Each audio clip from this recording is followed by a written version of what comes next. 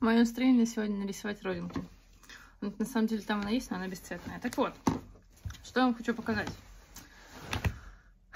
Про ремонт джинс. Есть такой ремонт, который уже достаточно. Ну так вот. Короче, я штопала супругу джинсы не так давно, джоггеры. И они опять разошлись в соседнем месте, потому что ткань уже умерла. Я думала, что с этими джоггерами делать. Такие они классные, так они мне нравились. Значит, я решила с ними сделать.